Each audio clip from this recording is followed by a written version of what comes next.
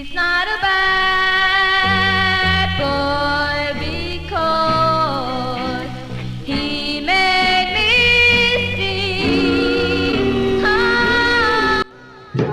Over here, I'm here with my brother from another mother, Kenneth Kwame Welsh, and we are just having an informal discussion about 1950s youth gangs, particularly the Forsyth Street Boys and Sportsmen, the roots of that gang war in '59. But you had mentioned that it actually goes by farther, right? Well, if you want to start someplace, let's start 4 years earlier. 1955, Dr. Schneider, in the book Vampires, Dragons, and Egyptian Kings, he mentions that there were 45 gangs in the Lower East Side at that time.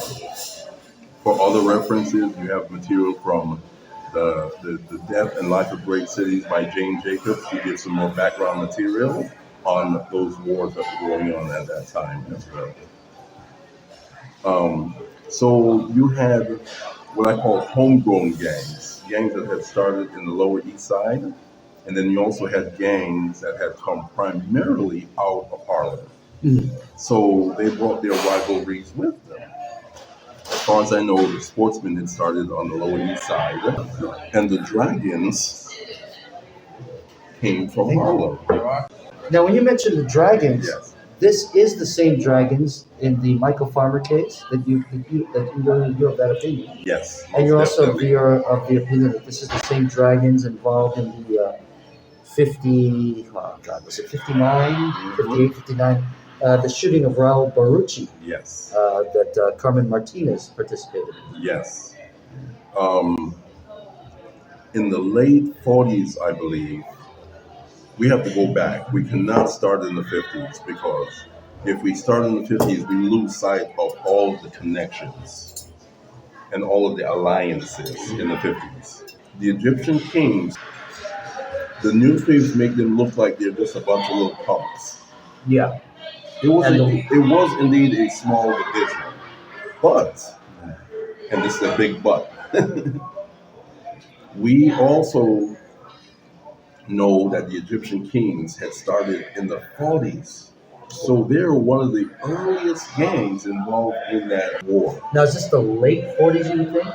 Like after the war? Yes, I would think it was the late 40s. And you mentioned that they copied military Yes. structure, correct? Mhm. Street gangs were copying the U.S. Army structure and the division. Yeah.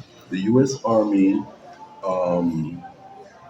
some of the gang members, their brothers and fathers and uncles would come back from the war, maybe their on leave, stories. and they would see them wearing divisional patches. So the gangs came up with the idea, let's start up our own divisions. There was this illustrious character by the name of Little Abner. And he wanted to make the Dragons, he's the founder of the Dragons, but he wanted to make the Dragons the first citywide Puerto Rican gang.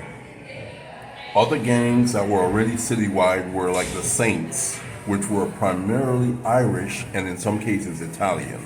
But the Saints were widespread. They were all over. The Jesters were, as far as I know, only in 2 boroughs.